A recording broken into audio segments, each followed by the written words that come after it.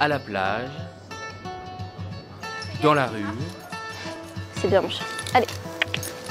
à l'école comme à la maison. Lou, 15 ans, et Pita, son chien guide aveugle, sont inséparables. C'est bien. Voilà 6 mois que ce jeune labernois est arrivé dans sa vie. Salut. Ça va?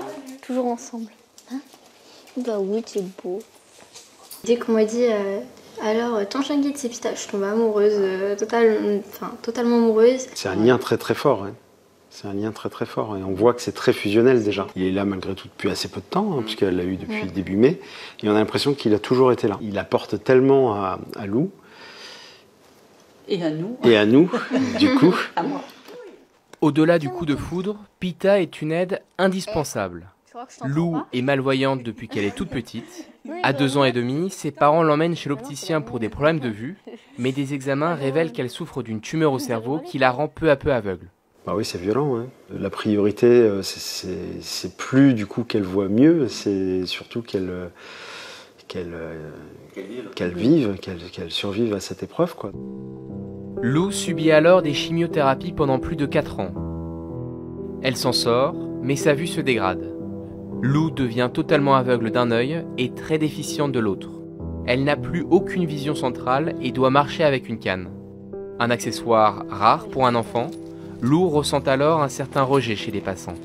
Quand j'avais une canne blanche, ils reculaient, ils étaient en train de se retourner, mais ils avaient peur en fait de la canne. Alors qu'avec Pita, ça rapproche plus, ils viennent, ils me posent des questions. Il faut 1 heure en transport pour arriver à son lycée à Bordeaux. Pita est déjà la mascotte de ses camarades. Ils sont pas censés pas T'as vu? C'est Brad Pita. C'est Brad Pitt. Depuis petit, il est éduqué il est éduqué comme ça, on l'amène partout, tout ça. Le chien a été formé pendant 1 an à la Fondation Gaïane. C'est le seul établissement européen qui offre des chiens guides d'aveugles pour des mineurs comme Lou. Mais il passe pas, Pita. Mais il va rayer les voitures. Et c'est vous payez un prêt. Hein. Pita a fait sa première rentrée au lycée en septembre. Et le moins que l'on puisse dire, Bonjour.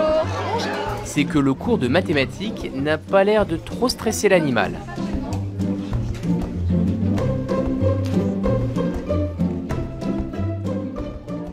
Moi, ça me rassure tout ça, c'est super cool. Mais bon, il dort quoi. Son activité principale. C'est reposant de voir un chien dormir à côté de soi. Au début, tout le monde était un peu impressionné, je pense, parce que c'est pas courant de voir un chien dans une classe, mais maintenant, quand on le voit arriver le matin, tout le monde lui dit bonjour et tout. Pita, c'est juste un peu une personne en plus dans la classe, en fait, comme un camarade en plus. Un camarade parfois un peu fainéant donc, mais qui retrouve toute son utilité dans les couloirs. Il m'aide à me guider à l'extérieur ou dans des lieux que je connais pas trop dans le lycée. On se complète et il m'aide beaucoup. Même à me calmer, tout ça, et à rester plutôt calme. Les 2 compères se dirigent maintenant vers l'atelier théâtre. Pita retourne à son rôle de spectateur. Lou, en revanche, prend son rôle très à cœur pour préparer son futur. Par rapport au métier que je vais faire plus tard, qui est procureur, c'est plutôt bien de faire du théâtre. Je sens que je suis moins timide.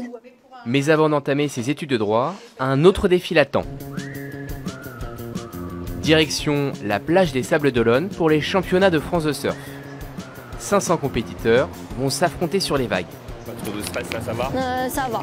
Pour Lou, la matinée commence par une préparation avec son coach, Maël. Donc là, sur le pic, aujourd'hui, on a vraiment tout niveau vague. Donc il faut vraiment prendre les vagues où t'es le plus à l'aise. Aujourd'hui, Lou doit défendre sa 4e place mondiale de parasurf. Il y a de quoi stresser. Heureusement, Pita est toujours là. Ça me réconforte, ça me réchauffe aussi. Puis ça me permet de penser à autre chose que la compète et à rentrer dans ma bulle, quoi, et me décontracter et me détendre avec mon chien. Mais à l'approche de l'événement et à l'idée d'affronter des adultes dans sa catégorie, la pression monte tout de même d'un cran. Ça me fait peur, quoi. Je suis stressée, comme chaque début de compète, quoi. Après une dernière caresse à son chien, l'épreuve peut enfin commencer. Le vent se lève, la houle triple de volume, Lou semble parfois en difficulté sur la planche. Mais au final, la jeune surfeuse obtient les félicitations du public. Bravo, c'est bien quand même, Lou. Des applaudissements et surtout des mots encourageants de la part du responsable français du handisurf. Prochains mondiaux, à mon avis, c'est dans les 2 premières mondiales. Mais avant de se projeter dans le futur, c'est l'heure des résultats. Lou remporte finalement une très belle 3e place. Et évidemment, c'est son chien Pita qui l'accompagne sur le podium.